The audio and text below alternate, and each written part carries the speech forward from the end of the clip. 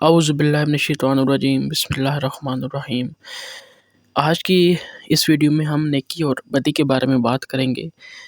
قرآن پاک کی یہ ایک آیت ہے کہ جس میں اللہ تعالیٰ ارشاد فرماتا ہے کہ میں جس کی چاہوں برائیوں کو نیکیوں میں کنورٹ کر دوں، اور ایک اور جگہ ارشاد فرماتا ہے کہ جس کی چاہوں میں اعمال کو ضائع کر دوں۔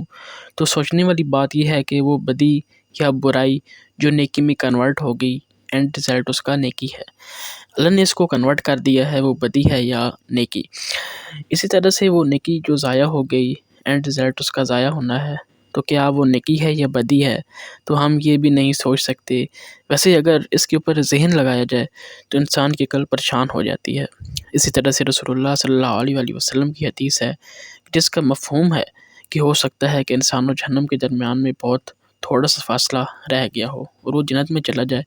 اسی طرح سے ہو سکتا ہے کہ انسان کے بیچ میں اور جنت کے بیچ میں بہت تھوڑا سا فاصلہ رہ گیا ہو اور وہ جہنم میں چلا جائے۔ یعنی کہ ہم نے اتنا کیئرفل ہو کے چلنا ہے اپنی زندگی میں۔ حضرت واصف علی واصف کا بڑا خوبصورت جملہ ہے کہ وہ نیکی ہی کیا جو اللہ تعالیٰ نے قبول نہ کی ہو، اور وہ گناہ ہی کیا جسے اللہ تعالیٰ معاف کر دے۔ تو نہ علم کا دعویٰ کرنا ہے اور نہ عمل کا دعویٰ کرنا ہے، اللہ تعالیٰ کے فضل کا دعویٰ کرنا ہے، اور اس کا جو بہترین فارمولہ ہے وہ عاجزی اور انکساری ہے۔ ہم نے اتنا اجلا بھی نہیں ہونا کہ لوگ ہمیں میل نظر آئیں۔ ہر درویش کا ایک ماضی ہوتا ہے اور ہر گناہ گار کا ایک مستقبل ہوتا ہے۔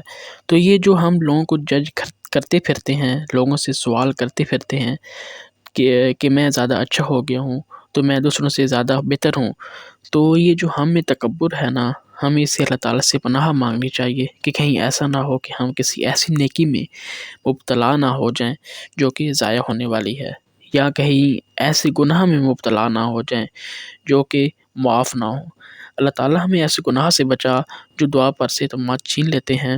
یہ دعا ہمیشہ کرنی چاہیے کہ اے اللہ مجھے ایسے گناہ سے بچا جو میرا دعاؤں پر سے اعتماد چھین لے، جو مجھ سے توبہ کی توفیق چھین لے۔ تو بس چلتے رہنا ہے، خیر کے کام کرتے رہنے ہیں، چھوٹی سے چھوٹی نیکیوں کو چھوٹا نہیں سمجھنا، چھوٹے سے چھوٹے گناہوں کو چھوٹا نہیں سمجھنا۔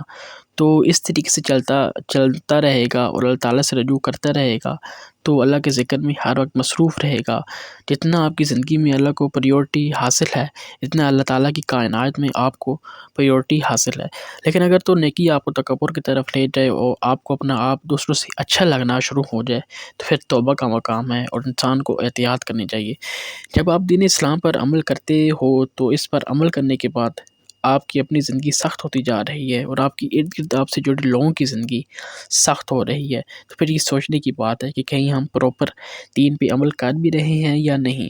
تو یہ بڑا اہم مسئلہ ہے جس پر ہم سب کو توجہ دینی چاہیے اور اس پر عمل کرنا چاہیے۔